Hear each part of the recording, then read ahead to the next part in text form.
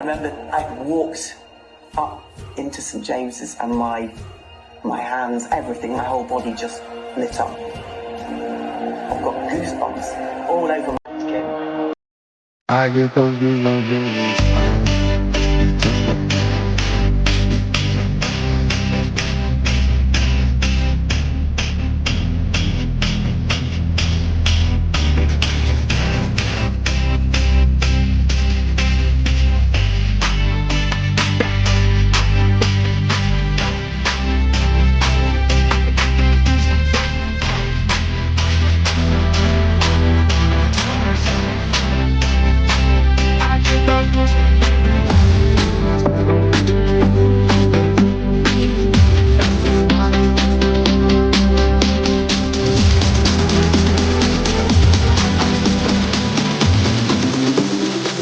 I get those goosebumps every time I'm around you. You don't mind, you make everything so fine.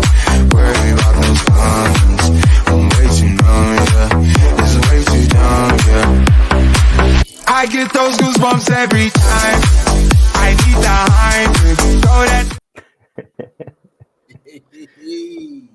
hype. We're back again. Welcome to Loaded Bag NUFC, the full loaded transfer show. We are here to discuss all things Newcastle United, and there's been a little bit of movement over the last 24 hours or so, and we're going to get into it along with lots of other links and discussions. And the main man is here. Graeme Bailey is in the green room. We'll bring him out in just a second. But first of all, Daz, Chris, how are you on this fine Tuesday evening? I think it's Tuesday. I'm losing track of days. Yeah, Tuesday. Yeah, it's Tuesday. All good, Pete. Looking forward to talking to Graeme again. I'm sure there'll be a bit of Gallagher versus Joe Linton. I see it in the chat already. People are not going to let him forget it either. We have plenty to talk about. Plenty of stories, plenty of rumours, and let's get into it. How are you, Chris? All good, mate. Yeah, Goodwood kicked off today, so I've been watching a little bit of horse racing on me day off. I'm off for the rest of the week, so yeah, having a nice chill day today. But yeah, and as Pete said, it's nice to hear a bit of Newcastle news as well. I was all excited this afternoon when I saw that tweet from Luke Edwards saying that things are starting to move. So yeah, really exciting. And what better time to have Graeme on with us? I love it when Graeme comes on because he's always very honest. Tells it how it is. And yeah, I enjoy seeing all the comments in the chat as well, because some people agree with Graeme and some people disagree with Graeme, but either way, it's always a good show. Always a good show. But how are you, Pete? You all right, mate? Yeah, not too bad. Can't complain. Ready to talk all things Newcastle United and get down to business. But of course, we can't go anywhere without shouting out our tunes. So welcome all in. Jordan Tune for Life. Hope you are well. Thank you for your tune, along with Alan as well. We've got Jimmy in the house, the Clon Lad, always in the house. Great to have you with us. And Tune Army with the new spanner. Yes, I've just noticed the new spanner works. Great to have you in here, resident spanner.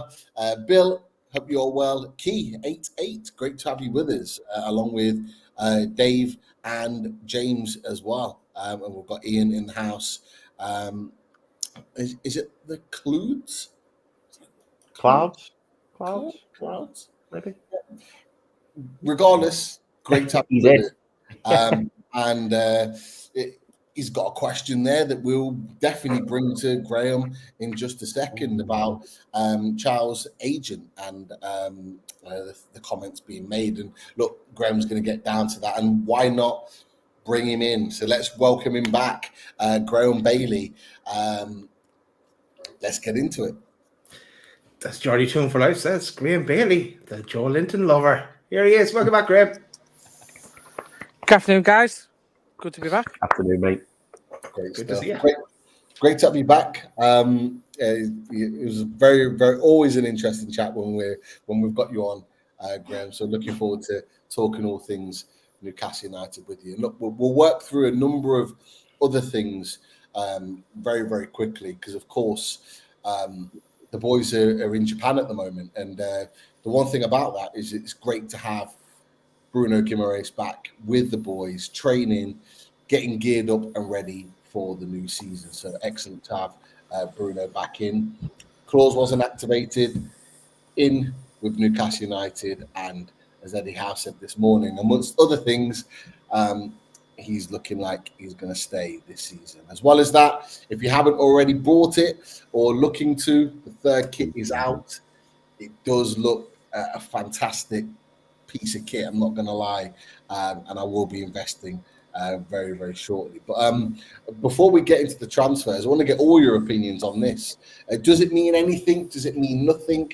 What is your opinion when this broke from Bloomberg yesterday that Newcastle joined the £1 billion club? We are now valued over £1 billion. Obviously, after the Saudis increased their holding by buying the stakes of Amanda Staveley. What do you think of that, boys? Does it mean anything? Does it mean nothing? What was your take when you read kind of that piece or saw the headline, Daz? For me, it was inevitable because of the share price would drive up the actual overall cost. But yeah, it's only the start of things. We're going to be getting bigger and bigger and more valuable along the way as we go. I'm not too surprised. Chris, your thoughts? £1 billion club? Yeah, I mean, to be honest, that's kind of where the pitch was, maybe a bit higher. It's always good news when you see the value of your club's gone up. I mean, I think PIF paid, well, not just PIF, but when the takeover came through, I think it was 305 million. That was the mooted figure. So the fact that we've trebled in value since the PIF owners came in, I think it can only be a good thing. In terms of what it does for us as a club, I'm not so sure. I think it's just kind of putting us more prominently on the map is what I'd say. But it's only going to be a good thing. And the fact that PIF now own £1 billion company, which they bought for 305 million not that long ago, it shows that we're going in the right direction, in my opinion. It's also actually, just to jump into it, it's also nice to rub it into Mike Ashley as well. Like, what could have been if he'd invested, maybe not get it to $1 billion, but if he invested, the world could have been his oyster, really. Yeah. West Ham, I think about a year ago, were kind of valued when they had rumblings of a potential investor takeover. I know they've got an investor now, but their value was around the sort of £800 million mark. I think if Mike Ashley had invested, I think we probably would have been around that ballpark. That's just my assumption on it. But Graeme, does it mean anything? Being valued at £1 billion, does it mean that we're going in the right direction? Does it mean we're part of or we're getting closer to that elite, or is it just the value? Does it mean anything?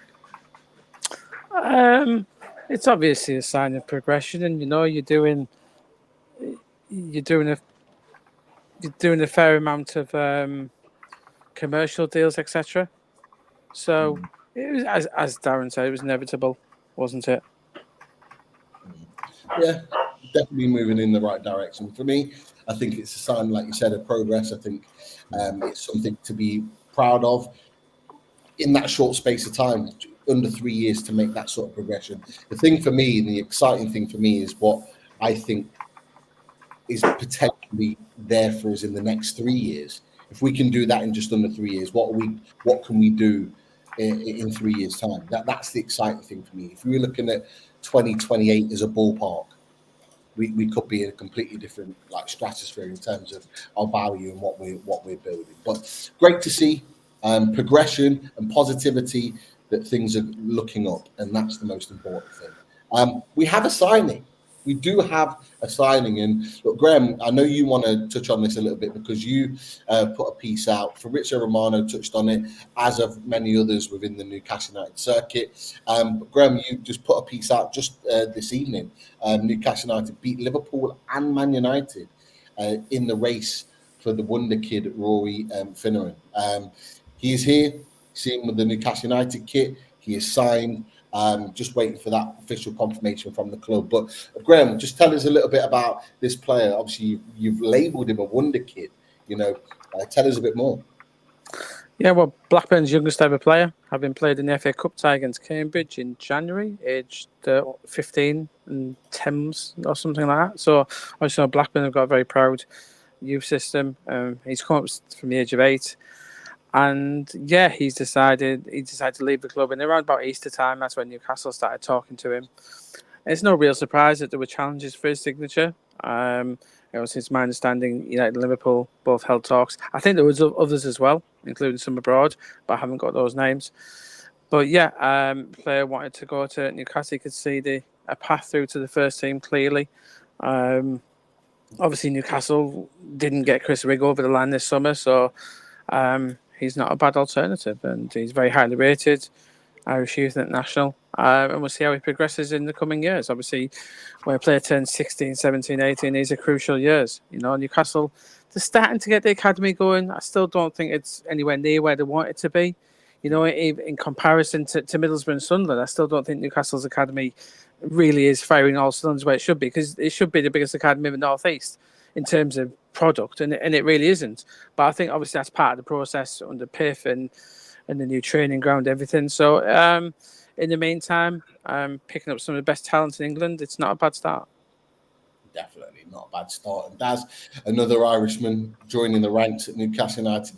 You got to be happy with that. More Irishmen in the squad, in the youth system. All good news, and as Graeme said, highly rated as well. Yeah. I wouldn't know an awful lot about him, all right, but he joins like Alex Murphy, Reece Byrne, Cahill Heffernan, and there could be a few more dotted in there as well. But no, it's great to see them. Just be nice now to see if they get to first team experience. I know Alex Murphy was at the All Ireland, which Galway lost. Actually, people are, and someone asked me a question about it. Yeah, good if they left it after them. They should have probably. Finish the job off, but he was at that on Sunday. So I wonder, is he going to go on loan? He's obviously not in Japan, so whether where he ends up. It's too young to go on loan. Darren. No, Alex Murphy. Alex Murphy. I thought about Finnan. He's a name who's been mentioned. There's a few of the Northeast journalists that have touched on that the last day or two, because he's not in Japan. That seems to be the obvious. And to be fair, you mentioned it, Daz, a while back. You said about Alex Murphy, it's either going to be his year to break through, or he's going to get a loan and move on. He needs game time, because he was playing for Galway United, and he only got a few minutes in first team football with Newcastle, so he needs game time playing in the UK for sure. Definitely. Chris, I wanted to touch on Rory Finneran just a little bit, just because obviously it's a young player coming in, but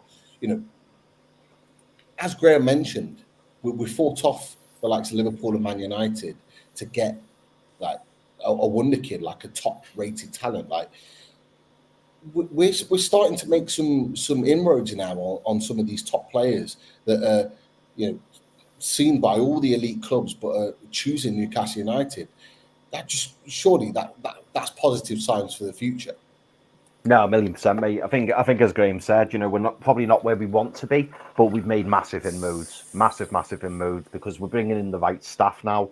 Behind the scenes, I think things are being done a lot more professionally. There's a lot more thought and effort being put in. We know in the past, the youth system hasn't always been great. But the likes of the signings that we're making, I think these young prospects are being sold a real project. Hopefully a pathway into the first team. I think Alfie Harrison was quoted as saying he could see his pathway through to the first team, which he couldn't see at City. So we're doing something right, because we're getting linked with all these youngsters, and their names being linked with other big clubs.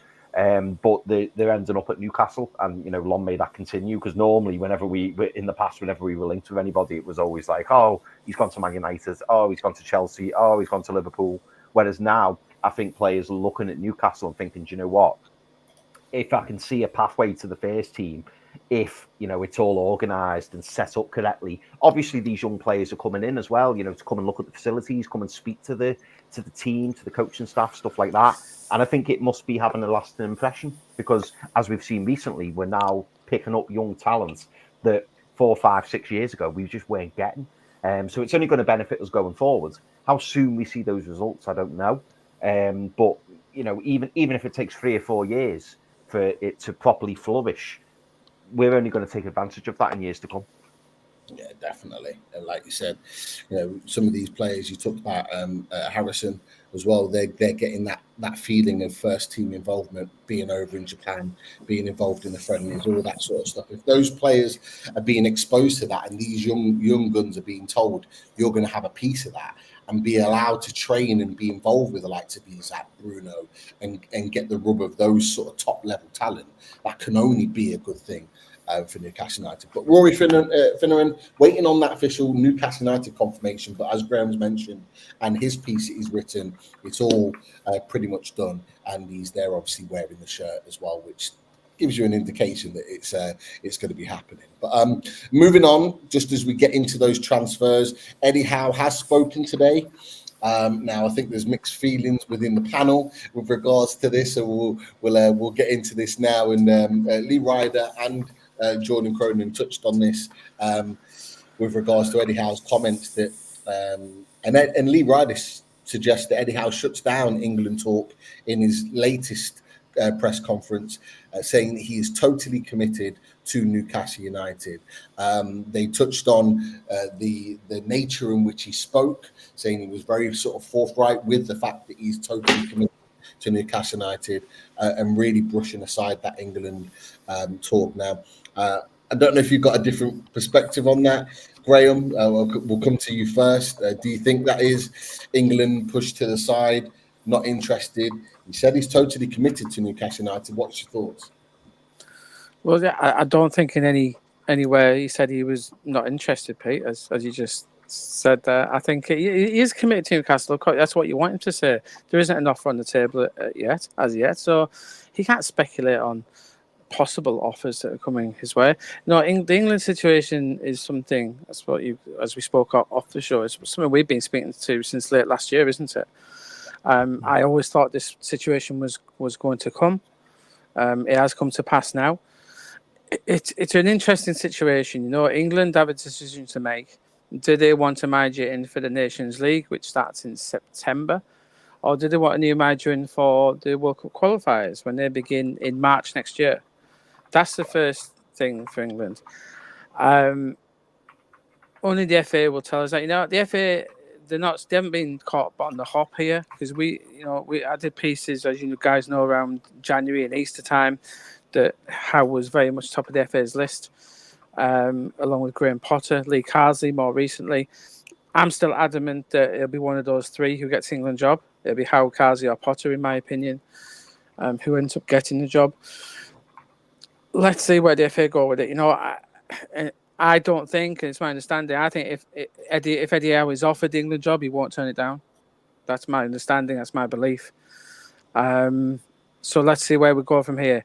Is that this year? Is it next year? Who knows? This situation isn't done and dusted yet. He's a good man. He's a loyal man. He's committed to Newcastle whilst he is at Newcastle. Of course he is. We don't expect him to say anything else. He's committed. Let's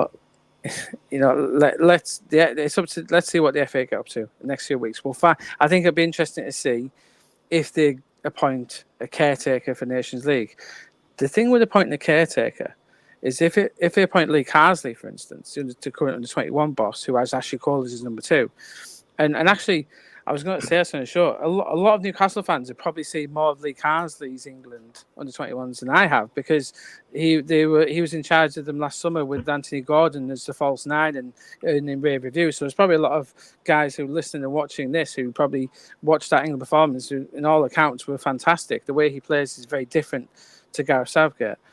And so if you appoint Lee Carsley on that point as caretaker for the Nations League, and what happens if he goes through there with every game 3-4-0? How do they then not give him the job? So I think that's the consideration for them. It's how Gareth got the job in the first place. Yeah, it's an interesting situation, but Carsley is very highly thought of, and they are looking at it from a St George's Park point of view. Yeah, they're loving the system now. How we're getting all these young players through the system in St George's Park, and the England system is taking a lot of credit for that. But it's for coaches as well. So if they can produce the next England manager through that same system, I think that is something they're giving serious consideration to. But I still suspect that Eddie might be the first choice, but we'll see how the coming weeks go, because we'll have to know pretty soon who is going to be in charge of that Nations League. I think that's probably the first piece of news we'll get in the coming weeks. I think you made a really good point on Lee Carsley with regards to the 21. So I think that's a really, really good point. But Daz, I'll come to you with the Eddie Howe situation. We won't spend too long on this because we've got lots of transfer talk to talk about. But it's important that we cover the Eddie Howe situation because, I personally can't see England saying we want Eddie Howe unless he's giving them the thumbs up.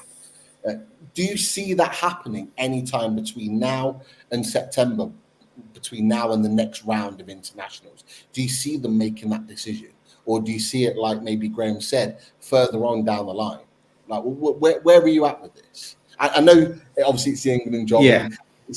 No. You've got a connection because it's Eddie Howe. Of course, yeah, and all my music and everything in the background I'd have to change, but obviously I don't want to lose Eddie Howe.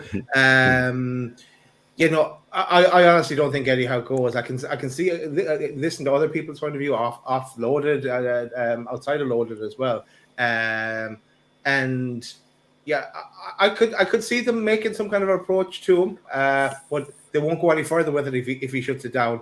And I think he shuts it down. I think he's here. I think I said it before. I think he'll get the chance again later in life. He wants to do more at club level first before taking on England. That's it. That's my opinion. It's probably a Newcastle bias opinion as well, but that's what I think. Chris, can I make one more point, Pete? I think it's the same. Newcastle might be in this unfortunate position. I think the fact that England are coming off this disappointing Euros, disappointing performances. If in theory Eddie Howe is looking at this, the World Cup is only 2 years away in America. He would potentially have the most talented England squad of all time at his fingertips. I think if Eddie Howe and his staff and his confidence sit down and think, can we realistically win the World Cup with this squad? A little tinker here and there. With this squad that went to Germany, could that squad have won the World Cup? The odd player, so you bring Jared Branthwaite in maybe, and there'll be another two we don't know about. And I think the answer to that question is yes. And as Daz said, yeah, he might not get that chance again in his career. Look at Harry Redknapp, and there's been others before him who never ever get that chance. And when you're a Premier League manager, unless you're Pep Guardiola or Arteta at the moment, you're only 4 or 5 defeats in a row away from the sack, and that's not talking about Newcastle or anything. That's just the Premier League in general. So I think that normally the England job, if Gareth had won it, I think it would be a different situation. But because I think this England squad I think they underperformed in that tournament, even though they finished runners up, they did underperform. I think someone like Eddie, what he could do with that team is simply mouthwatering. And I think I think he would be looking at this, guys. I think he would be considering it as well. And I think that makes it hard. That would make, even though I'm not sure he turned down England anyway, but considering I think this is the best group of players this century by a long, long way, it'd be so hard for him to turn down with a World Cup only 2 years away as well. If he could go, because then not like Gareth's come out of this England job. What's his next job? He's not getting a top 5 job, is he, guys? That we know that he's not getting a top 5 job in England. However, if Eddie took this job and won the World Cup, Eddie doesn't have a top 5, does he? But if Eddie took this job and won the World Cup, it's a very unusual situation where he could actually then, the world's his oyster. Yeah, no, that's a fair point. Chris, you were nodding your head as Graeme was mentioning it. Are you in agreement in that? Do you think that Eddie would seriously consider taking the job? I 100%. Like my stance hasn't really changed on it, despite his positive words today. I mean, the biggest thing for me is he's come out and he's spoken positively about his commitment to Newcastle. Now, obviously, last time he was asked about Newcastle, he was a bit cagey and people said that he didn't quite seem himself. So the fact that he's more himself now is pleasing for me from a Newcastle perspective, looking at the manager. However, I must say I've got to agree with Graeme in that I think I think he'd definitely look and consider the England job, and I think he'd be mad not to. I genuinely do, because the squad's so good, the fact that it's all there on a plate for him, and again, as Graeme said rightly, we know how quickly the managerial lifespan can be. I mean, look midway through last season, like Eddie Howe went on that horrible run. Yes, he had loads of injuries, and a few people were saying, "Get rid of him, get rid of him." And now, if he'd have gone, if he'd have been sacked, is he getting another top six job? Probably not. But then if Eddie then stays at Newcastle and goes and wins something, the landscape changes. So I do see, and I said this a few weeks ago, a couple of months ago when we were talking about it. Like I genuinely think Eddie Howe will be interested. Am I saying that he's waiting for it and he's dying to leave? No. But I don't think he shuts the door on it. I think he wants to speak to them, and I think he has the conversation not just with his family, but also with his coaching staff as well. His coaching staff might be saying to him, Eddie, just take it, because is it going to come round again? I mean, I don't want him to go, and hopefully he doesn't take it. Hopefully he's not offered it. But I definitely think he has the conversation, and I wouldn't rule it out 100%. I mean, in football, it's difficult to rule anything out 100%, isn't it? But I do think there is a possibility that he could go. I suppose it just depends what happens over the coming weeks and months. But the pleasing thing about today for me, Pete, hearing the press conference, or I've not actually watched it or anything like that, but from what I've heard, is the fact that Eddie's seems to be back on board in terms of how he's feeling about his moment at this present time with Newcastle, which I think is great news. And as long as everyone's on the same page going forward, certainly for the foreseeable, that's only going to help us. Well, they seem like they've had the clear the air talks, and yes. Obviously that resulted in the press conference today, where he was talking more positively about Newcastle. Yeah. I think it's an interesting one. I think Graeme, Chris, your points definitely are valid 110%. I do think it would be a conversation that he'll have to have with his family, with his team of coaches. I just don't see it happening right now. Not to disrupt Newcastle right at the beginning of the season, and to disrupt him because he's planned ahead. I think later on, if it gets towards the end of the season and they approach him, I think then we're having a different conversation, because then we've got a summer to replace him as manager. He's got a summer to then prepare for England and beyond. I think it could well be something there, but I think that will be based on, I think, the performance of Newcastle United over the course of the season. If we're where we want to be, fighting top 5, potential Champions League, or certainly for Europe, if we're right where we want to be at that point in the season, I don't think he takes it. I don't think he's going to want to let up Newcastle United. If we hit back next season after a difficult and disappointing season, not getting European football, and we hit back and we're on the cusp of that, I don't think he takes it. But I think your points are valid, and I think, there's a chance he does, because he might not get the chance again. Although I do think there is, like Daz says, there is another cycle. But I do. Can I? Oh, sorry, Pete. Oh, no, go on. I wanted to ask Graeme a question. Do you think, Graeme, there's an urgency to name a New England manager, or do you think that England would quite happily wait? Say they chose Eddie Howe, they did all the interviews, and Eddie Howe went, listen, just give me till April, May, just so I can announce I'm leaving, and then leave at the end of the season once he's done what he's done this season with Newcastle? Or are they be really, really keen to bring that new manager in? I think it's an interesting point, Chris. I don't think I could be totally discounted. Do they get Eddie Howe for next summer and Carsey takes over in the meantime? I don't think it's ideal, but stranger things have happened in football, And I know it's talking about Eddie's age. We saw, and I think it's fascinating to see Nagelsmann take the Germany job. So I think there is this fashion now to go to slightly younger coaches. So yeah, it's going to be fascinating and interesting to see what happens with Eddie. Eddie's happy, but he's going into the season under a lot of pressure as well, guys. My understanding, Piff were not happy about how last season went. He was. Someone described it to me as he wasn't read the riot act, but it was a mini riot act that Piff said that's not good. Last season was not good enough under any circumstances. You can go on about injuries, etc. Every team has the same injuries. Every team has suspensions. It is what it is. And as we said, Piff are not in this Yeah, they're going to make friends along the way because you're going to become the best club in the world. They hope so. You're going to make friends anyway. But they're not. They're not in this just nicey. They want Newcastle to be the best team in the Premier League, and they've made it clear last season was nowhere near good enough. So he's going to a season where it's a massive season for Newcastle and Eddie Howe to get this right, because if you have another season like last season, or if you don't finish in the Champions League places, you're not keeping Isaac and Bruno. That's for sure. So you're losing your best two players. You're losing you're probably losing your best three players. So the pressure is massive. Yeah. And a couple of that, as you're right, this is such an important season for him. But he needs some players as well to improve in the squad. So let's talk about some, Pete.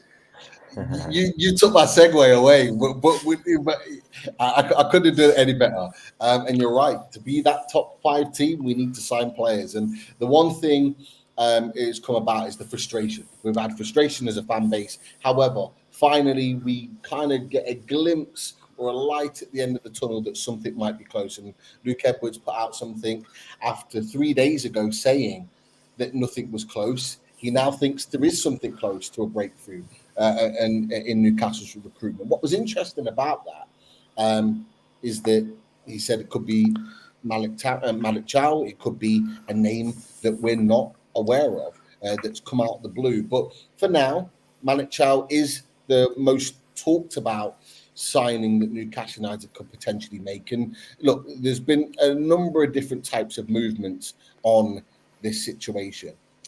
Look, Graeme, I know you've touched on it as well. And in your early reports, you talked about a number of weeks ago, Malik Chow and Tomori as being options for Newcastle United. And today, as well as that press conference we're talking about with Eddie Howe, uncharacteristically said and talked openly about Malik Chow and referred to him as a very good player, which definitely interested a number of different people.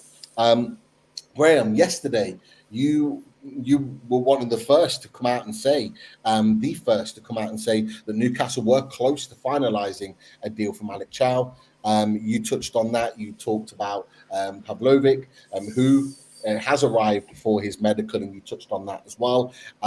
Interestingly, that came back after that was a report around Malik Chow's agent saying that there was nothing close with regards to Malik Chow.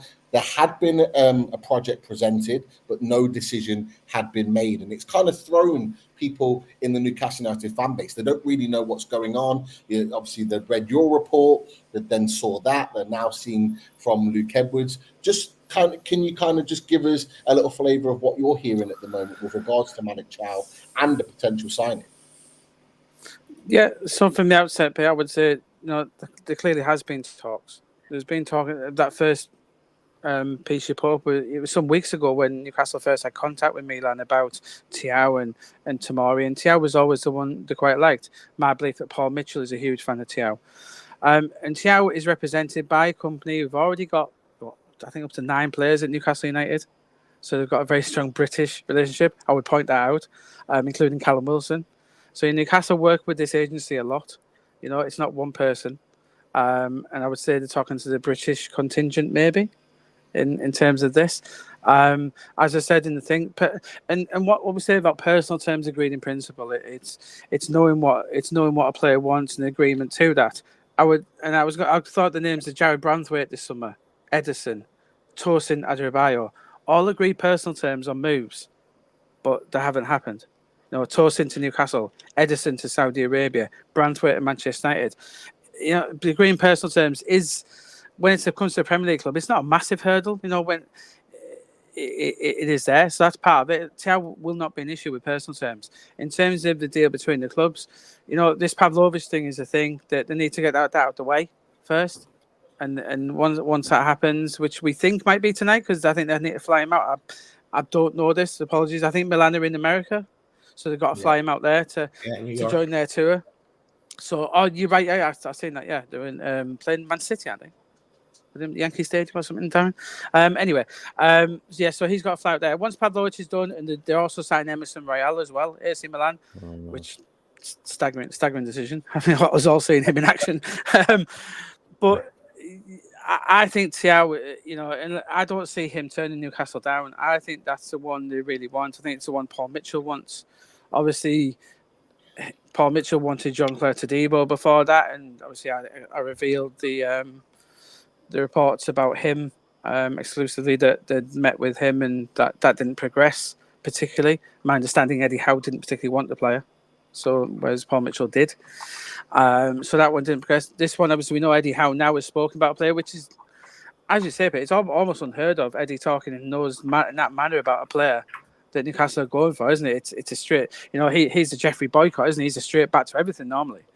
And so it's interesting to hear that Eddie. I think he is very high up. Talks have taken place, and we'll see where it goes. At the moment, Newcastle priority is a centre back and it's a right-sided forward, who we'll get onto in a minute. It's them two positions are by far the priority. They need the centre half in. They know they can't rush Botman and Lascelles back, and that does them leave themselves a little bit light with only Lloyd Kelly in there. If Kieran Trippier, for instance, we'll get onto if he departs, Lloyd Kelly's an option at right back as well as Livramento. So, it's one they do need this other centre half in. And unlike, I just remind you guys, remember that question you asked at last show, which was the one definitive transfer that was going to happen this summer? Everyone else said Torsen. Who did I say, Chris? You said Lloyd Kelly. Always throws it in there.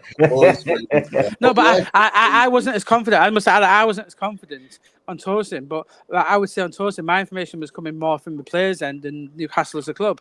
Whereas you can see sometimes when you're out home journey and you're being fed information about the club too much, and we saw it in that regard. Torsen's going to sign all this. The club was saying that. If you're looking at some other people getting information from elsewhere, they weren't as confident. I said I wasn't as confident on that show, guys. I wasn't as confident as some of the other people were. Oh, you're right, because Torsen didn't sign, but Lloyd Kelly has. But hang on a sec. I think because someone has put it in the chat as well to remind me. You seemed fairly confident yesterday on Malik Chow. I still am. So okay, cool. I think Pavlovic is the one that does. Once he's done and dusted for Milan, once again Mr. Real done, I think unless Thiaw rejects Newcastle, which is possible, as we know, personal terms can be rejected and a player turns it down, Torsen, it can happen. So apart from that side, I think Thiaw is top of that list for the centre half. Obviously, the thing about wanting players, and Newcastle in this position now in terms of centre half and right attacker, yeah, they are being offered every player under the sun, but it does throw up the odd player who they weren't thinking about or didn't realise was available. So that does also play into there as well. So there will be players who have been offered now who they didn't know were available previously. And with the new sporting director, he's bringing fresh ideas in that the recruitment team weren't considering before that. That's, to be fair, Graeme, that's something that we talked about on the channel in previous shows, even in this last week in the shows that we've done. We've all said it. Is that Paul Mitchell now he has his own black book of potential targets and players that we probably wouldn't have had any chance of getting. But if he's got a link with that particular club, all of a sudden that player now becomes a viable option for Newcastle. But you're right, players change. Going back to mid-June, that player might not have been available, but now we're getting close to the season. All of a sudden, that player is now available. And like you said, the one thing that we've said, boys, is that we knew, and Chris Daz, we've talked about this as well, we knew that Pavlovic deal was crucial for anything happening with Malik Chow. Malik Chow was never going to leave before Pavlovic was signed for AC Milan. Graeme was reported yesterday, that the medical's happening or could well have even happened. We're not sure, but we're hoping that deal's finalised very, very quickly. Then it's open season, because they've now already got their replacement through the door. But that kind of brings me to the question for you boys, is that, is it Malik Chow, or as Luke Edwards has mentioned, could there be another option out there? And if there was another option, who would you go for? There was a respected journalist who took Luke Edwards' tweet literally and said something out of the blue, and he was pointed towards Jared Bowen, or not Jared, Braithwaite. Ian and Frank Chipper. I don't know. Do we want to put our speculative alternative in there? No. I can confirm. I can confirm it's not Jared Brandford. I can confirm it. No, to be fair, with the money that Everton won, I think Chris probably knows he's more than anybody. I don't think if Man U aren't going to pay it, I don't think anyone will, because Man U are quite willing payers or have been in the past. So I think Bradford is not the one. But and I'm not. It's interesting. It's interesting that Luke Edwards has put out there that could be another player from out the blue. It kind of just opens up that discussion a little bit more, because John Todibo is no longer an option. He looks like he's going to, I think, Juventus, which is what Graeme Bailey's talked about before. It's like that domino effect. Juventus are waiting to sell Dean Hyson to Juventus, another former Newcastle link, and Sule to Rome. It's all these clubs. Some of these bigger clubs are having to wait for some of these deals to fall in line. Hoyson's confirmed. It's like Man United waiting on Neves to go to Man U before doing Ugarte and Wan-Bissaka to leave. A lot of these deals are all like a domino effect. Yeah, definitely. But Malik. Okay, I'm going to ask you a different question. Alessandro Schiavone was on with us Sunday morning. Yes. Lots of people have talked about, great guest, great opinions from an AC Milan perspective, talking about Malik Chow. A few people were a little bit concerned after his kind of thoughts, because he gave a very honest perspective of the good and the areas of improvement of Malik Chow. Has that changed your opinion of Malik Chow in any way, having heard Alessandro Schiavone's responses and opinions on it? Go on, Chris. Go for it. Oh, yeah. I wasn't sure if you're going to that again. Right. No, it hasn't changed my opinion. I think I wrote something in the chat earlier, actually, because somebody asked the question. I forget who it was, but somebody asked the question and said, like, are you worried about Malik Chow now? But for me, no. I mean, he's still a young lad, great age, still a young lad, and I think he's somebody who obviously will still need development. Is he the finished article? No. But as we spoke about with Alessandro, I think the concerns that he had, he did say, in fairness, that he would be probably better suited to the Premier League. In terms of it being a quicker league, a bit more pace, where he hasn't got much time to dwell on the ball, where perhaps he has in Serie A. And the fact that that's come from himself, who watches AC Milan week in, week out, I take that on board, and I think. As I always say to you boys, anybody who Eddie Howe and his coaching staff want, for me, I'm more than happy with, because we know how much homework goes in. We know how much, checks and double checks and triple checks go on. So for me, I don't really have too much of a concern. From what I've seen of him, the limited bits I've seen of him, he looks impressive to me. And he's somebody who, looks like he's got a reasonably high ceiling.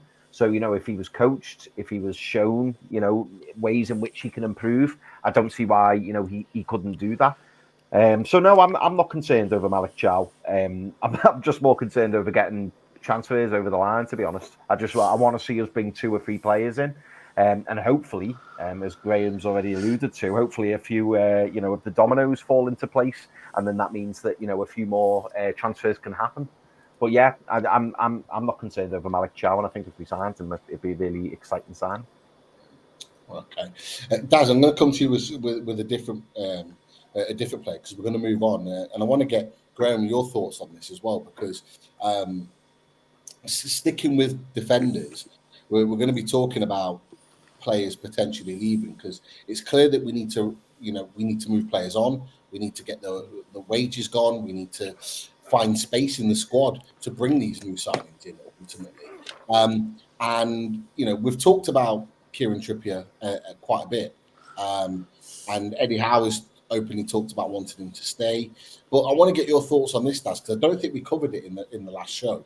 And it's the picture on Instagram with Tom Spring, and Tom Spring is the head of scouting at Al Ettifaq.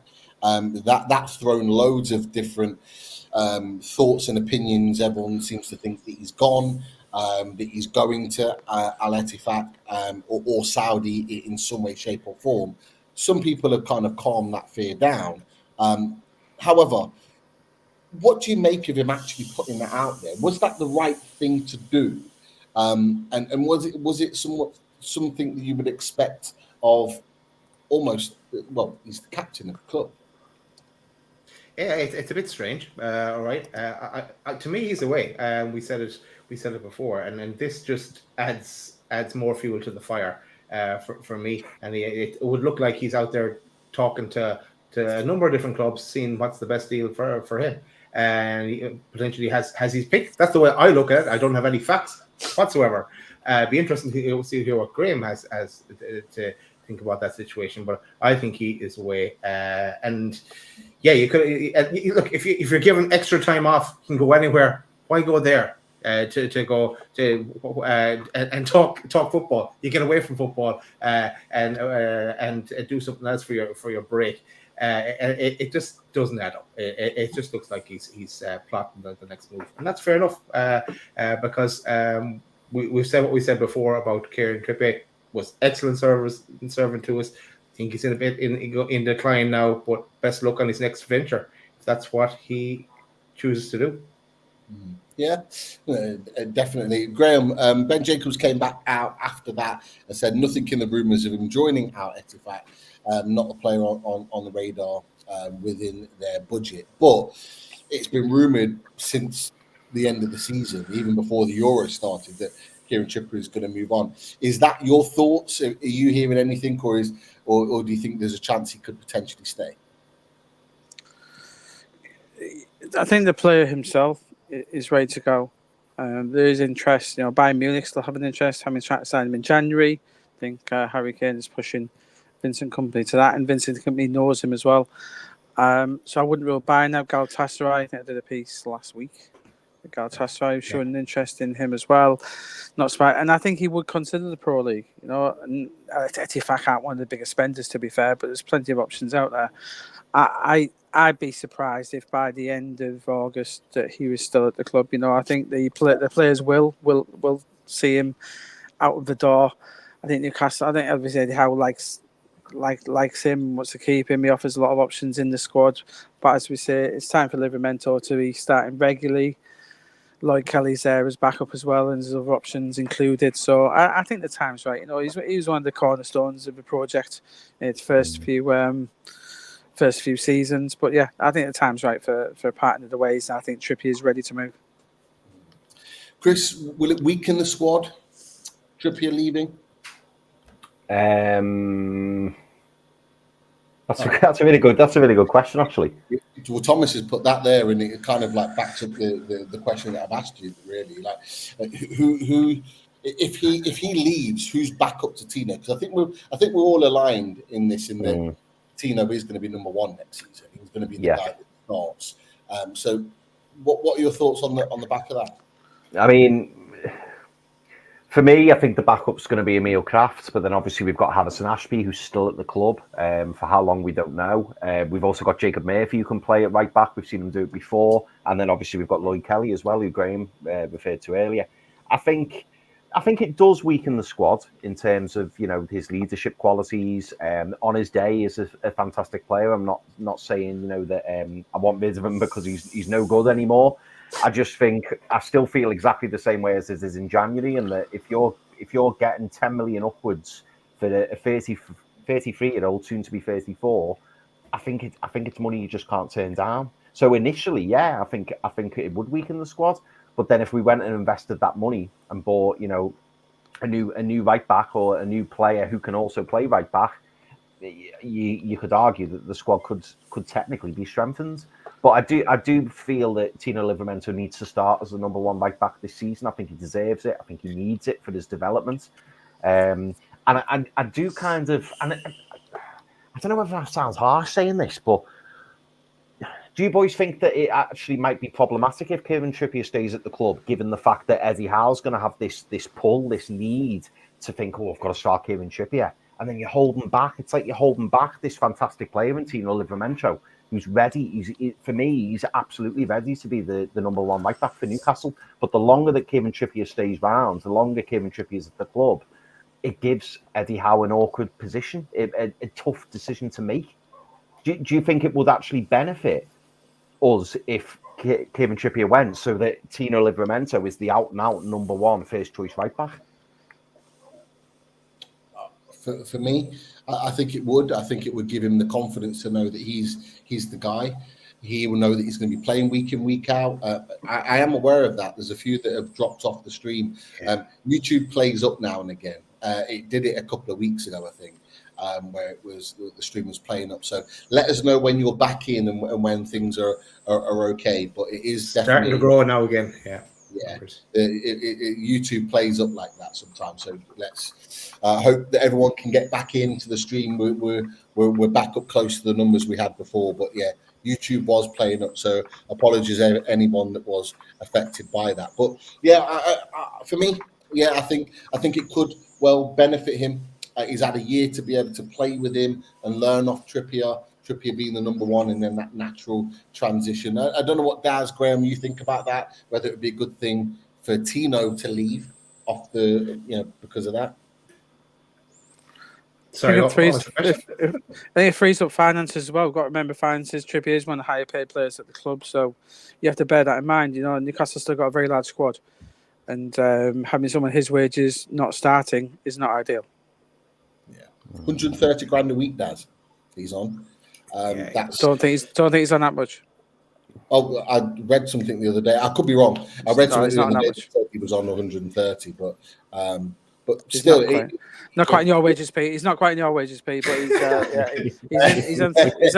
he's on three figures definitely, but he's not on that. Yeah. If I was on that, I wouldn't be doing it. I wouldn't be doing it from. That's Bruno territory there, and Trippier's not in Bruno territory. I'll be doing this show from a beach somewhere. That's what. That was you about a week ago. Yeah, it was. Yeah. You know rumors now. The rumors. If I was on that Woody Boys, I'd be doing it. That would be my back garden where I was doing it from the other week. That's who it would be. But no, it's still significant wages. Would you agree? Yeah. Very much so. Yeah, he's one of the higher earners. Yeah, for sure.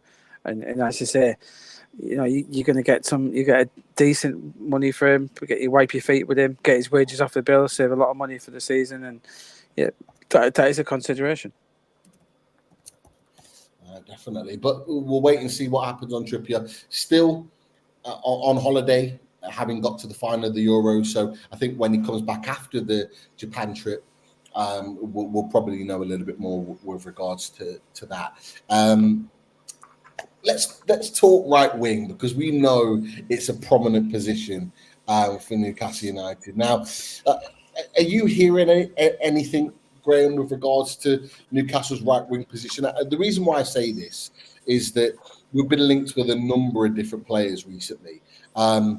One that I'm not going to go into too much detail with, because I've stressed my opinion on this before, but Noni Madueke, Chelsea, is one that has been continually linked from various different sources. Interestingly, another link that resurfaced yesterday, you might have seen this, Graeme, yourself, we did as a channel, Ferran Torres of Barcelona, and it was Xavier Pina reported that said that there is interest there from Newcastle United, and there's a potential of a bid going in. And of course, you've reported on this yourself regarding this man, Federico Chiesa. Some people are sick of the conversation of Chiesa, but it continues to go on. And you wrote a piece about Tottenham and Newcastle being in that conversation with regards to Federico Chiesa.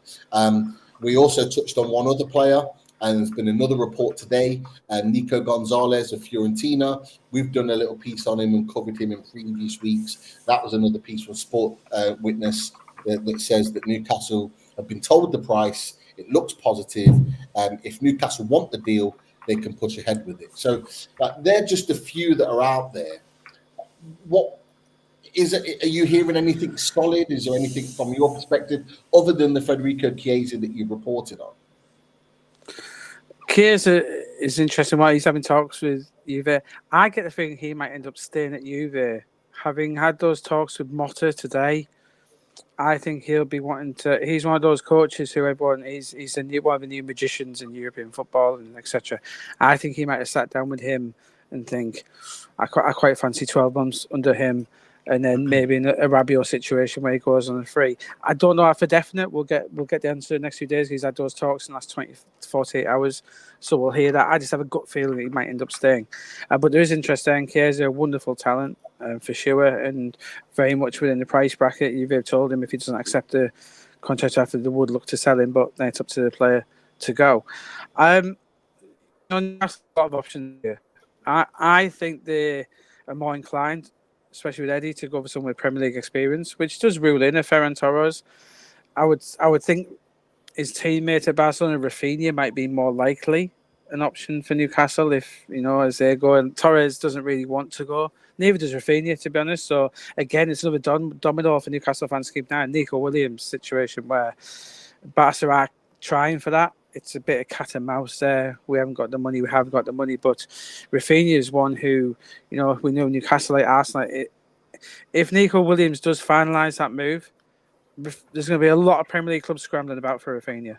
At 27, he is a wonderful option for Newcastle for that right-hand side. Arsenal like him.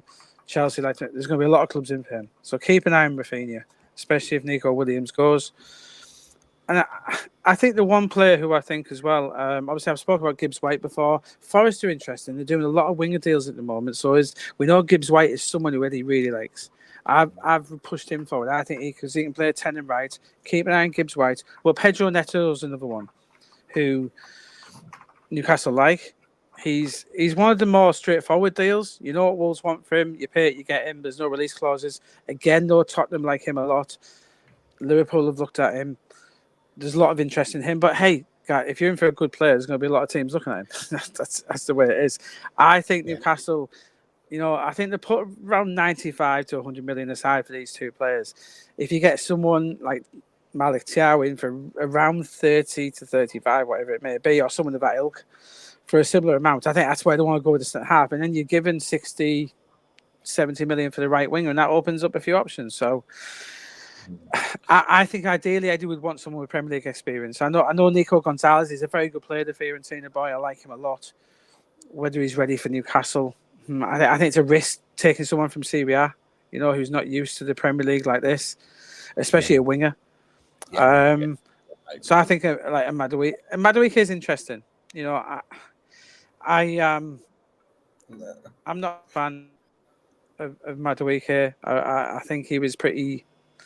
He's so up and down. At games at Chelsea, he looked like the next George Best. Other days, he looked like the new Pete Davey. He looked abysmal in some days. He was really, he was. Again in Middlesbrough in that semi-final, he was so poor against Middlesbrough. You can only judge players sometimes when you see them. He was so poor. I think Newcastle need to. I think this new right-sided forward needs to be something that really. I think Newcastle's summer so far does not have the top 5 in the Premier League worried at all. I think you've had a pretty, if your best achievements this summer is keeping your 3 best players, you're not moving forward. I think this new signing of this new right-sided player needs to take Newcastle forward. It needs to make Manchester United sit up and take notice. It needs to make Tottenham sit up and take notice. I think if you go for a Madueke or a Gonzalez, that doesn't do it. I think you need to go and get a Neto, a Rafinha, a Gibbs White. 100% you have to do that. Yes. Newcastle have had a good summer, but you've kept your 3 best players. This is Newcastle trying to be the best team in the league. We're not talking, you're not Nottingham Forest or Brentford trying to fend teams off. You need to be better than that. Your bar's up here. You need to be better. Yeah. So this new right winger, exactly. This new right winger has to be someone who, the Arsenals, Chelsea's, Tottenham's, Man United's as well, thinking, do you know what, we'd have quite liked him. So I think that's the mindset. And so, a Neto, I think Neto, Rafinha, someone of that ilk. It needs to be someone who has a really high ceiling, who Eddie Howe can take to that Anthony Gordon to the next level, can take Isaac, as he's done with them 2 players. It needs to be someone like that. This is what we've been saying, Graeme. This is exactly. Got our vote. about the Madueke situation. I was you didn't need to come for me because I was agreeing with you about. I thought you were Madueke. I had you down as in the Madueke fan club, Pete. You know, no, I am not. You do love you love an average player, Pete. So I thought you'd like him. No, and I'm not going to talk about Brereton Diaz either. But he got it moved, didn't he? He's moved to Southampton. Oh yeah, I forgot about it. Yeah, he's moved to Southampton. I've seen it today. Told you, Premier League player. As long as he doesn't go on the first game of the season, then that's fine. But he will. He'll prove himself. But no, honestly, we're in agreement. I had other Newcastle fans trying to tell me that it would be a great deal. Chelsea have already said I looked at it the other day. Chelsea paid over 30 million for Madueke, and they said that they want a profit. It doesn't make sense. He is not worth 30 plus million for Newcastle United to put down. And look, that's Chris, you were nodding as well when Graeme was talking. It's everything that we've been saying. Our right winger is our priority position. We need to spend a chunk of the money on that to get the absolute best. If I had my choice for you, to become, I'd go and get Rafinha. Yeah, we've talked about Rafinha. You're not concerned about the age, 28? 27, 20. He's just come off a brilliant season for Barcelona. Remember, they're not, unlike Ferran Torres, who's not getting his game for them. Rafinha was one of the first choices last season. The only reason they're even considering getting rid of him is because of Nico Williams, one of the best prospects in world football. That's the only reason. Madueke, again, he's not a first choice for Chelsea, but Rafinha.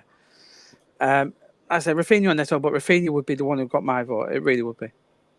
And Barca are also dangling, they're trying to get Nico Williams. They're also trying to dangle him with Dani Olmo, trying to keep them, both of them happy, are on side. If one falls through, they go for the other kind of thing. And they're well stocked with. Every time we talk about Barcelona on the right wing, we find another winger that's there. We go, we take him as well. They're well stocked. So Rafinha comes into the picture for me as well as Ferran Torres. It's clear that Barcelona need to sell. Like you just said, Baz, they can't afford both Dani Olmo and Nico Williams. They can't afford to get both. So they need to sell one of those wingers, whether it's Ferran Torres or Rafinha. Do you think Rafinha is more likely to be sold, Graeme, because he's probably going to cost more?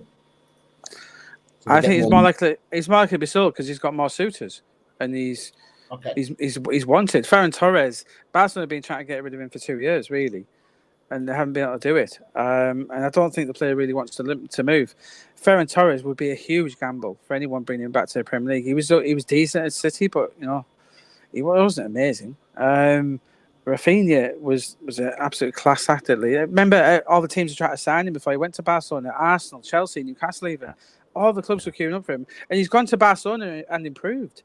He's gone to Barcelona and played. Look at his stats for last season, guys. They're brilliant in that Barcelona team.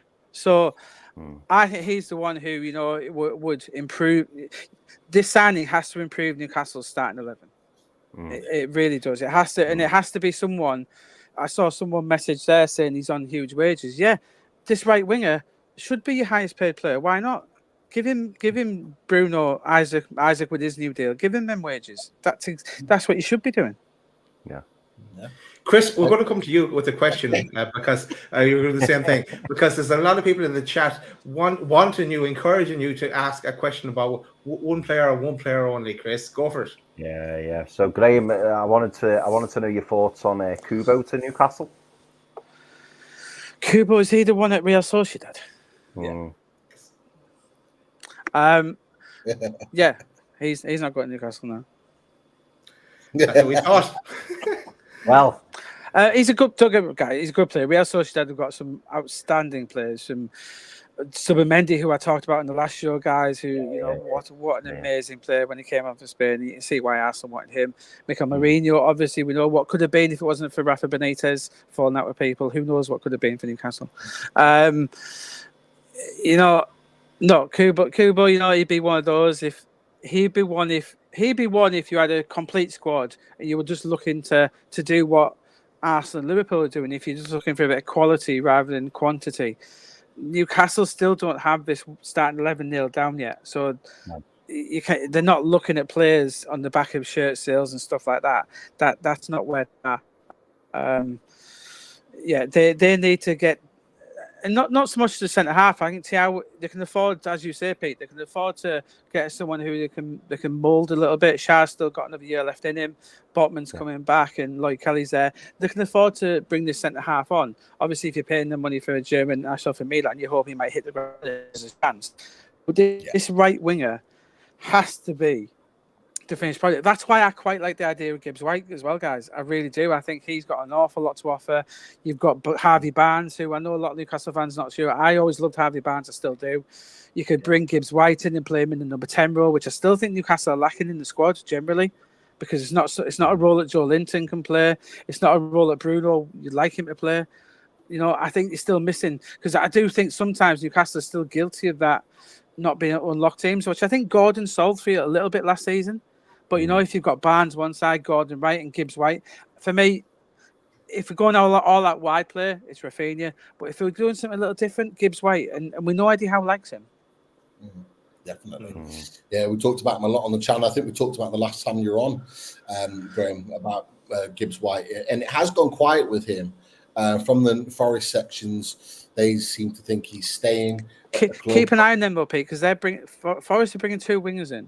They're bringing Ramon Sosa, the Paraguayan from Brazil. They were a team who linked after Nico Gonzalez as well. They're being linked after Wesley from Corinthians as well. I tell you, the scouts at Forest and Nottingham Wolves and Nottingham Forest have at the moment in Brazil are doing a remarkable job. But I think someone like Newcastle aren't going to take a gamble on someone like Wesley. But keep an eye on Forest. If they bring two wingers in, you got Hudson-Odoi and there. It might be Gibbs White. You never know. It's going to be interesting. Unlikely, I agree, but maybe.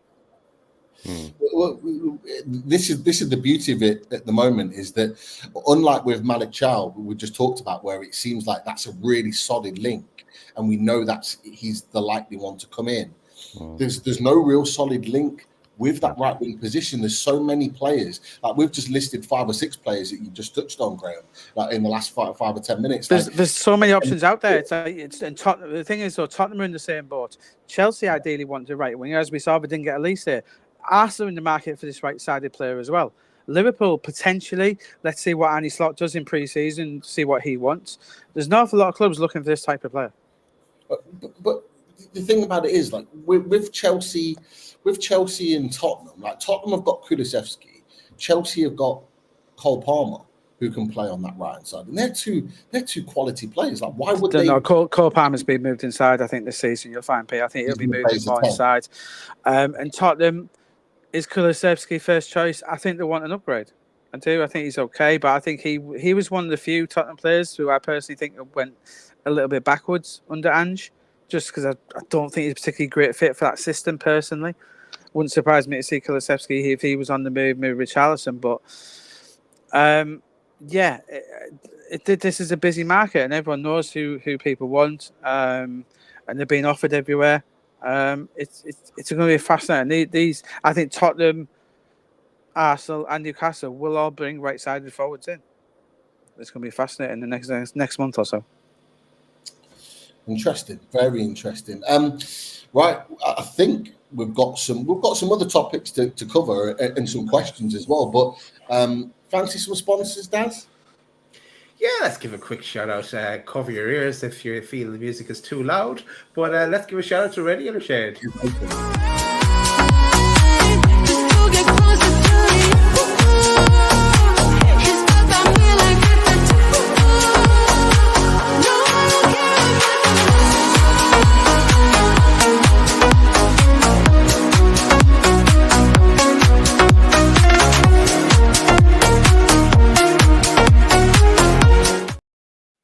Okay, it's hot outside now, but if you're thinking ahead to the winter, those cold winter nights, why not contact the Radiator Shed and say load of 20, you get 20% off. Russ at theradiatorshed.com or telephone 077 666 04112.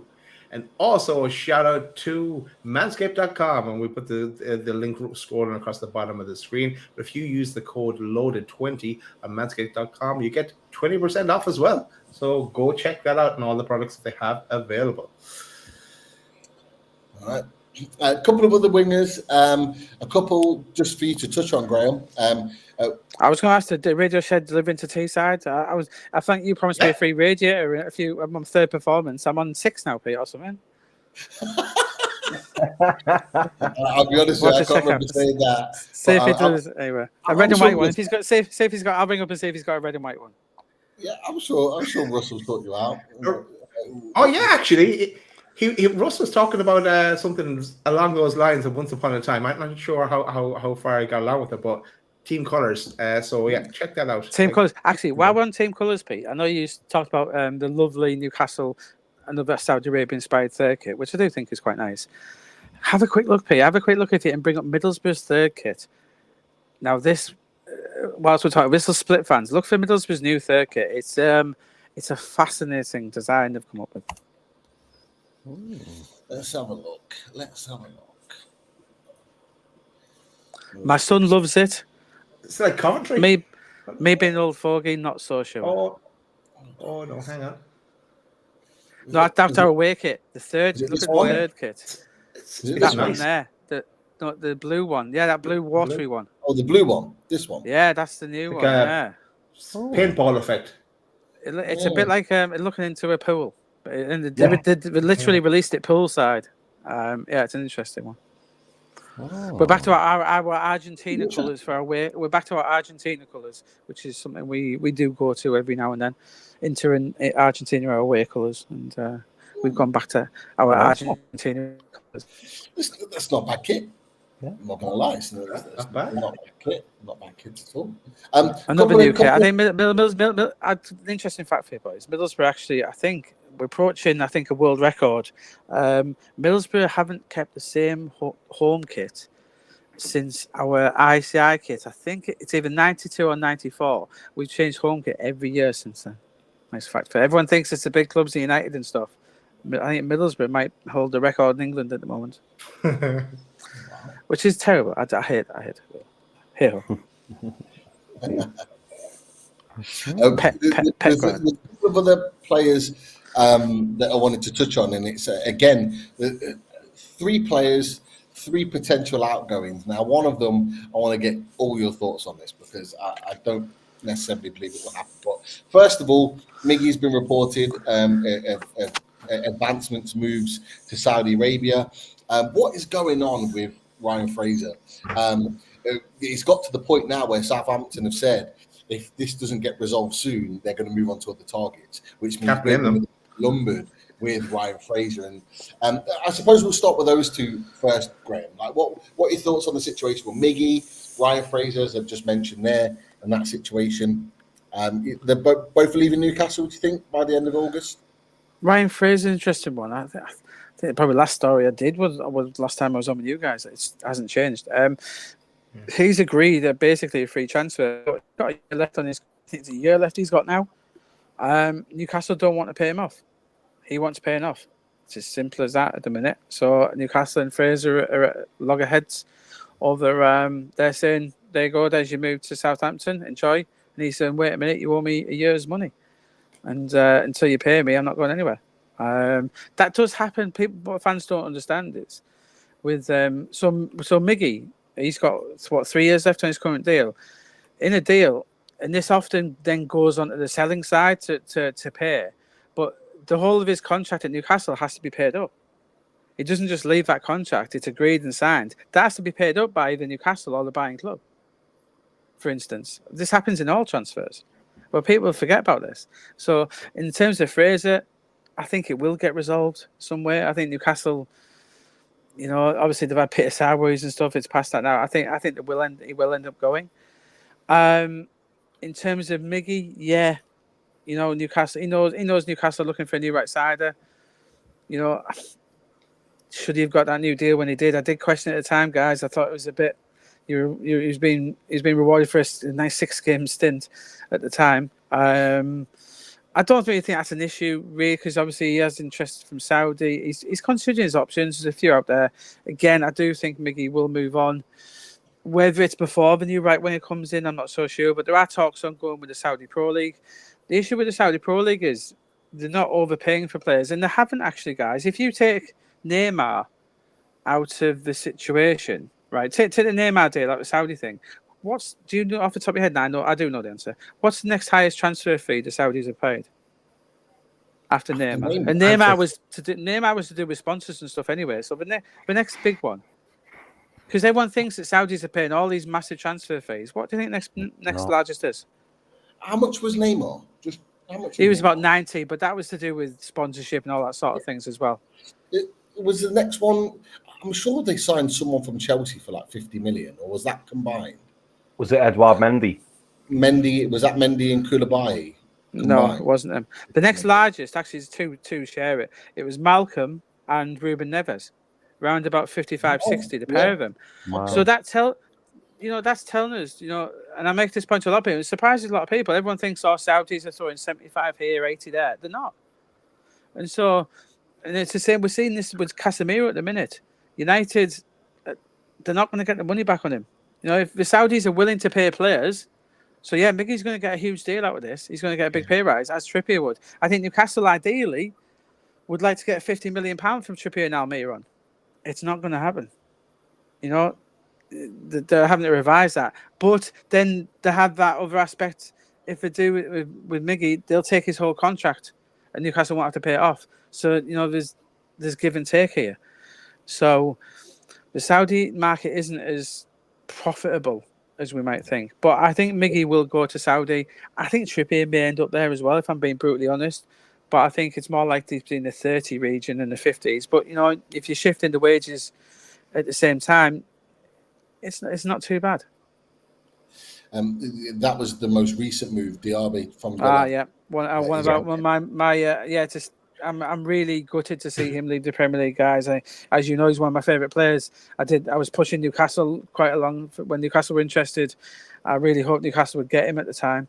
That's one which the player wanted, and if the player wants to go, there's not too much you can do with that. So, interesting to see what Villa do. Trying to get João Felix in as we talk. Yeah, he's going to be the guy that they get in. Question for all of you. So we've got the Miggy situation. If there is kind of a brinkmanship and there's no movement on it, Newcastle maybe get a decent fee from Saudi, doesn't want to move to Saudi to that situation. Does that impact on Newcastle buying a right winger, or do we buy a right winger anyway because we need it in that position, and we go into the season with new right winger, Miggy and Murphy? That's my question to you. Does that happen, or does that completely jeopardize our business in getting a right winger? Well, I don't know if you want to go around the table, Daz, Chris, and then Graeme. Yeah, I think we do a deal no matter what to get a few of these players off our books. Like we've been talking about getting rid of Miggy for a year now. Even before January when Saudi originally came in from. If it's a club in Saudi, if it's back to MLS, I don't care at this stage. I think he just needs to go thank him for his service and he needs to move on. I'm buying the right winger no matter what as well. Even if we have to look later on down the road at balancing the books, we need that right winger in. I think it's more important than that right centre back. We have Sharon there who could even be still first choice after we buy right there centre back, as we talked about with Mark Chow with the guest the other day. I think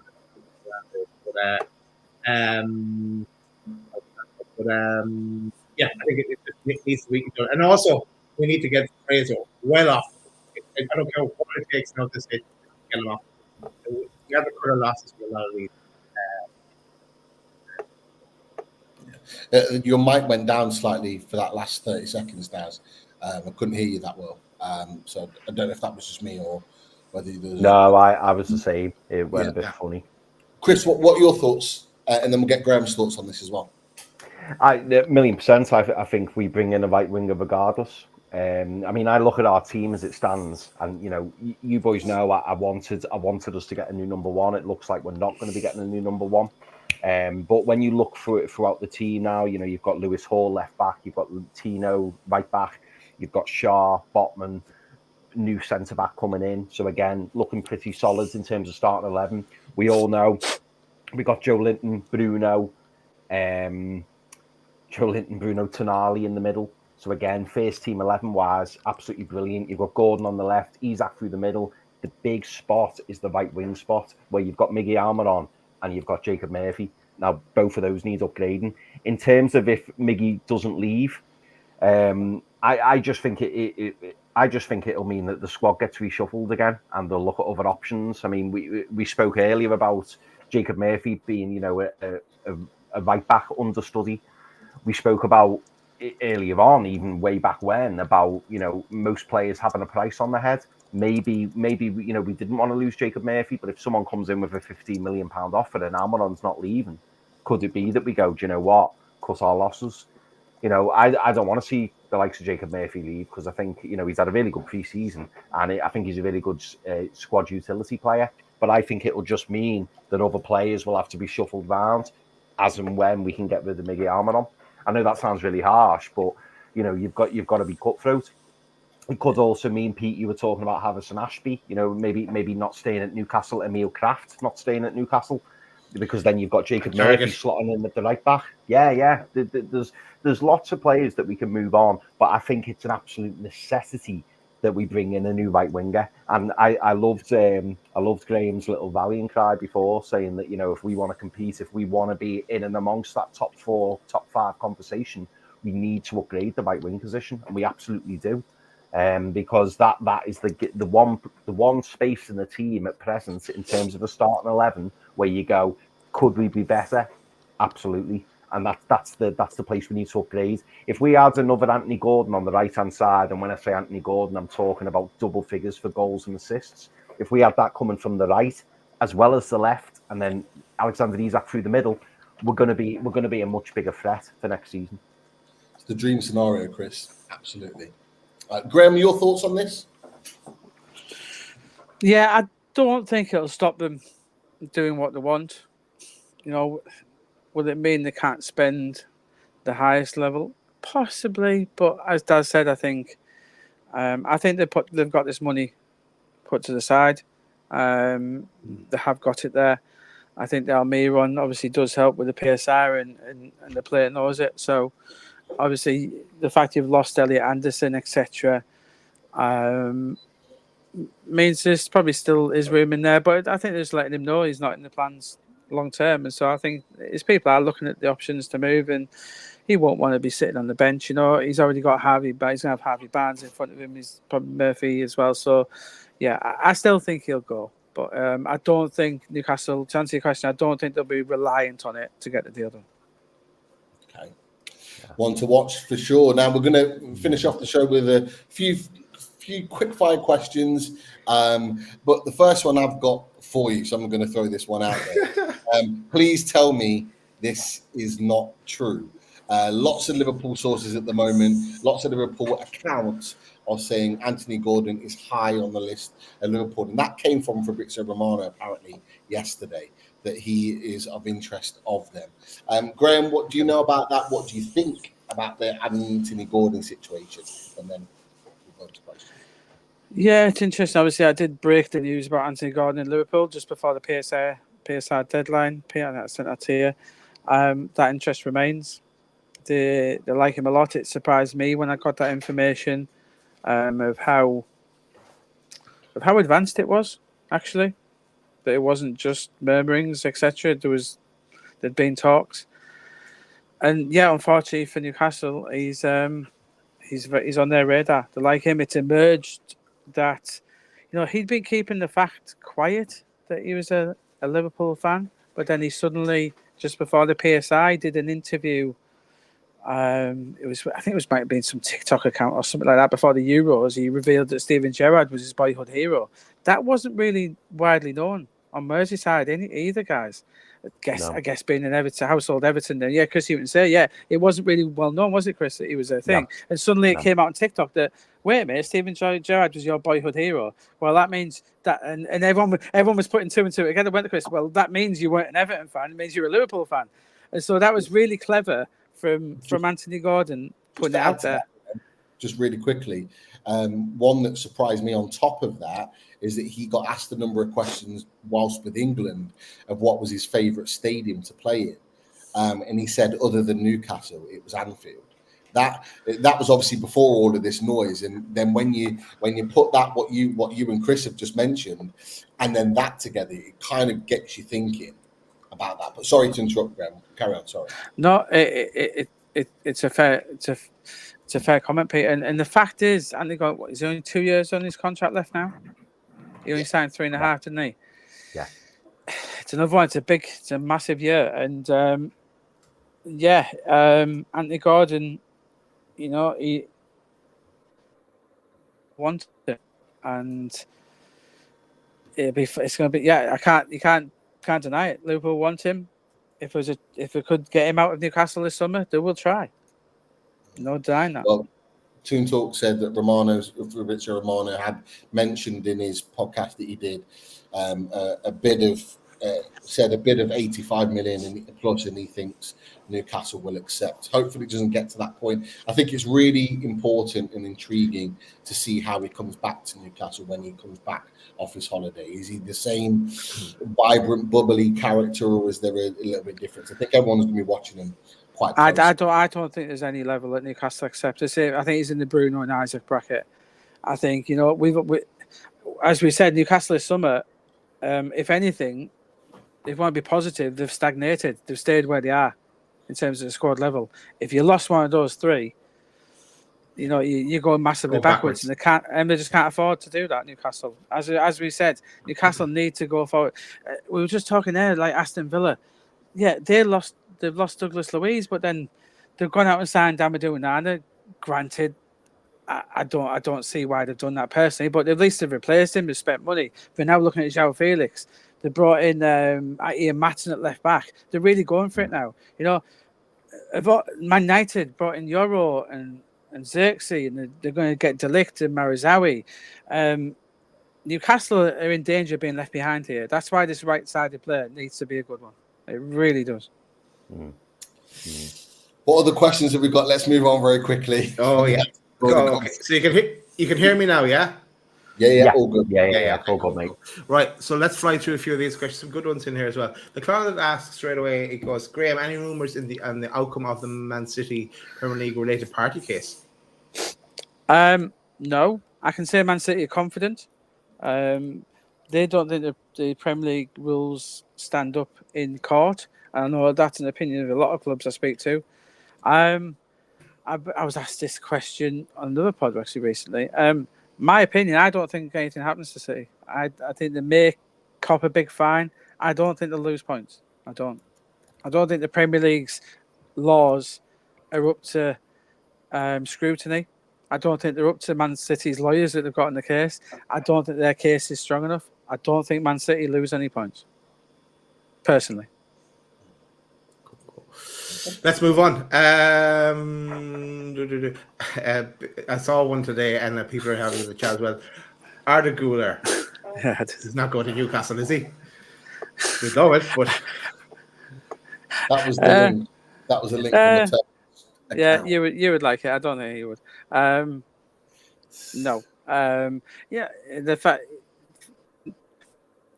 It's a no. It's a big no. It's a big fat no. No, he's not. He's not going. Will he be loaned out? I wouldn't necessarily rule that out, guys. That he'd be loaned out. But if he does, I think he'll be to the Champions League team. Okay, let's move on. Let's go to talk. This man says he wants to move, or his agent says he wants to move. Yusuf Nakoko from Borussia Dortmund. Yeah. His agent's trying to get him out the door. Kareem Adeyemi as well might be going. So do I see them both going? I'm not sure that they'll both go. Makuku, I just don't think has a lot of interest out there. He hasn't been hitting the heights there. I think Adeyemi is more likely to leave it for bigger money. Newcastle, Callum Wilson isn't going. So, as I've said to you before, guys, if Newcastle bring another striker in, it's going to be Dominic Calvert-Lewin. It won't be Makuku. And it definitely won't be Let's Berry move on from that. Not what we want to hear. Yeah.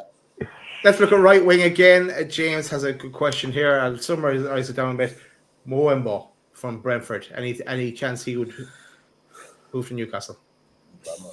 He's a player who no doubt will be on the radar. He's a good player.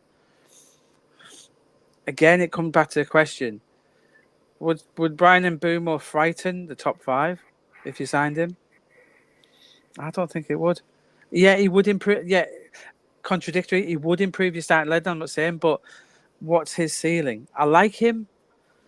He would help out centrally as well. I don't know, just not for me, guys. I think you need something more of a, you need a spark over there. I think he's a very hard worker. He's a good player.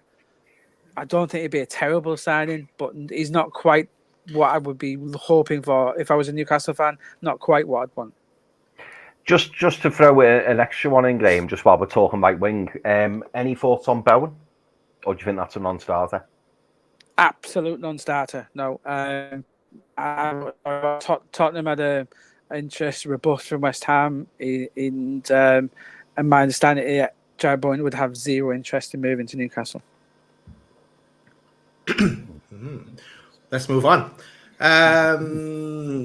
One I have here, I don't have it on the screen. Mark Gay from Crystal Palace. Any word of him moving anywhere? Crystal Palace are not sure that anyone's going to pay the money for him. Same with Ebi Eze as well. Eze has a release clause. Gay, he doesn't. Gay has £6 million fee. In an ideal world, he's the sort of player Newcastle should be going after, isn't it, Mark Gahey? But he's not on the agenda. Finances are obviously not allowing. So no, I think he might end up staying. Will someone come in and pay 60 for him in England? I don't think that opportunity is out there for him. I think, he's not on Liverpool's list, I'm told. I think he's one who's a bit unlucky. He might have to wait another window. Interesting. Your old friend as well that you introduced us to, a young friend, I should say, Shibik Kiltroy. Any chance he'd be on the move? Yeah, he has been linked to a few, Obviously, Yilmaz is the one getting the attention from Turkey. He was a very good player as well. He's one who I think Newcastle have looked at, but I think he's more of a lefty and a striker. I don't think he's quite the right player. But Kiltroy, what a player. He didn't really get a chance at the Euros. He's still only young.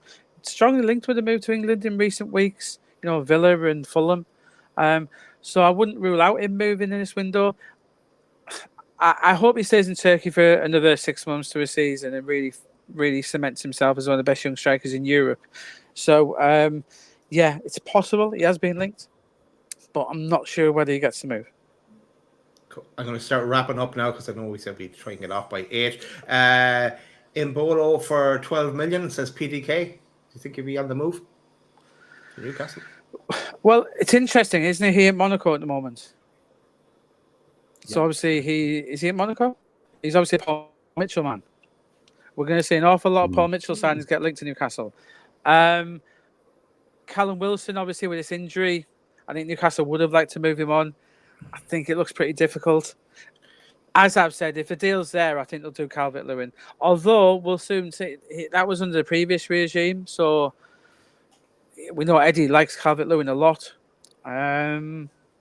But is Brendan Bollo's available at 12? If he was available at 12 million, something Paul Mitchell likes. Never say never. He's a good player. Is Dominic Calvert-Lewin a Paul Mitchell guy? I don't know if he is. Well, he's an Eddie Howe guy. Well, yeah. Right. Pete's jumping ship there. I have to stand that Pete's jumped to the Mitchell ship. Pete's a Paul Mitchell man. That's confirmation. Peter Paul Mitchell, man. Dear me. That's a breaking news story The tonight. reason why I said it is because obviously no. That's not, the reason why I said it is because obviously Eddie Howe really wants Malik Chow, but obviously you touched on in your piece that you did that Paul Mitchell wanted to get to Debo, and obviously that deal didn't happen. So what I'm saying is that, you know, if Paul Mitchell's going, yeah, okay, you have your guy, but for an attacker, I'll get my guy. Could it be that? And there's a bit of an agreement negotiation with regards to which part. I think Thiaw is a bit of a Mitchell guy as well. I think it's one. There's going to be players who they both agree on. I think he's one who they both probably agree on, to be fair. Shout out to Neil, who's his birthday today. Happy birthday, Neil. And to Ian, who is his birthday on Saturday. It's a 50th birthday as well for Ian. So nice one. Our Darlington fan, of course, in the chat. But last question, and it's really, it's because Tony starts asking us about players a year ago for this transfer window. But Tony's kind of wondering, is 2 players going to be enough? We'll ask the question, are we going to sign anyone, Graeme? Tell us, put us out of our misery. Well, I want to keep up with I got Lloyd Kelly right last time, didn't I? I think you will bring a centre half and a right winger in. As Pete said, it's very hard to know. I think there's a good chance it's Thiaw at centre half. On the winger side of things,